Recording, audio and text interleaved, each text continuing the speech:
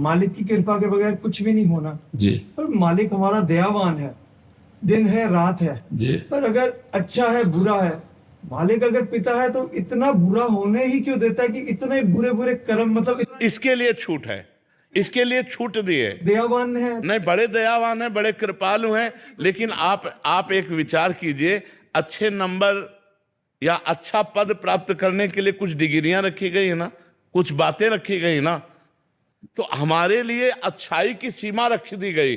अब हम अच्छाई तक तो चल नहीं रहे और बुराई की तरफ चल रहे, दोनों में स्वतंत्र रखा गया है। अब उसने क्यों स्वतंत्र किया, ये प्रश्न हम नहीं कर सकते।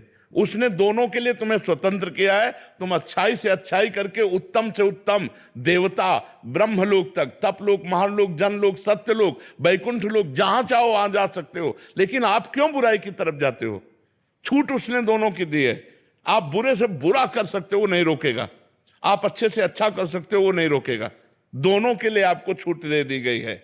अब ये कह दो कि वो दयालु है तो बुराई बनाई ही क्यों, ऐसा नहीं हो सकता। सीमा एक जैसे मालिक की खेल है। सीमा तो है, जब ज्यादा बुराई करोगे तो तुम्हारा विनाश कर देगा, ये सीमा है। तिनकर काल रूप में भ्राता, वो कुसुमादप कोमलानी और वज्रादप कठोराणी, वो कुसुम से भी कोमल है और वज्र से भी कठोर है। तो भगवान केवल दयावान ही नहीं है, भगवान काल रूप भी है, सर्व विनाशकारी भी है। आप देखो ना, क्षमा कर देते रावण को, क्षमा किया, काट के फेंक दिया। क्षमा कर देते कंस को, क्षमा किया, मार के फेंक दिया, मिट्टी में मिला दिया। पर मिला करके फिर भी परम पद दिया, इसीलिए उनको परम दयालु कहते हैं कि काट करके भी परम पद दिया।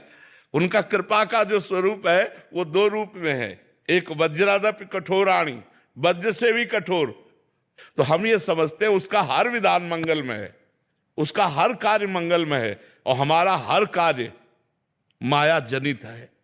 हमको होश में चलना है, नहीं हम वो विधाता। जैसे देखो, आप अच्छे कर्म करते हैं, जब हमारे बच्चे खेल में, तो प्रधानमंत्री उनसे बात करते हैं, प्रधानमंत्री लेकिन वही जब गलत काम करता है तो न्यायाधीश उसे फांसी दे देता है। कष्ट तो हमारे कर्म हमको दंड और पुरस्कार दिलाते हैं। परमात्मा ने कानून बना दिया, परमात्मा ने आपको छोड़ दिया कर्म करने के लिए। अब आप जो जैसा कर्म करेंगे वैसा आपको फल मिलेगा। अवश्य में भोक्तव्यम कृतम कर्म शुभाशुभ। अब वो इतना महान है कि अगर वो कि ये तुम कर्म नहीं कर सकते, वो रोकेगा तब जब आप उसकी शरणागत हो जाओगे, तब आपको रोक देगा। और जब उसके शरणागत नहीं होगे अहम में, तो दोनों की छूट है। आप चाहे जितना पाप कर लो, आप चाहे जितना पुण्य कर लो, हिसाब आपको भरना पड़ेगा। समझ पा रहे हैं आप? इष्ट परमात्मा के इष्ट का मोह, आज मेरे को आपसे मोह हो गया, तो वो परमात्मा के बीच में एक मतलब बस वहीं पे रुक गया। क्योंकि आपने हमें जाना नहीं, देह से मोह किया। परमात्मा माना क्या, आत्मा माना क्या, देह माना ना।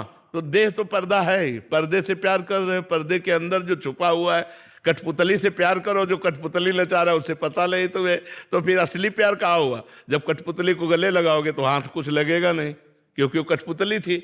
और जब नाच रही थी तो अंगुलियों से नाच रही थी, नचाने वाला पर्दे के पीछे था। तो ऐसे ये कठपुतली है, इसको जो नचा रहा है वो अंदर बैठा परमात्मा है। उससे कौन प्यार करता है? उसे कौन प्यार करता है? सब इस कठपुतली को प्यार करते हैं।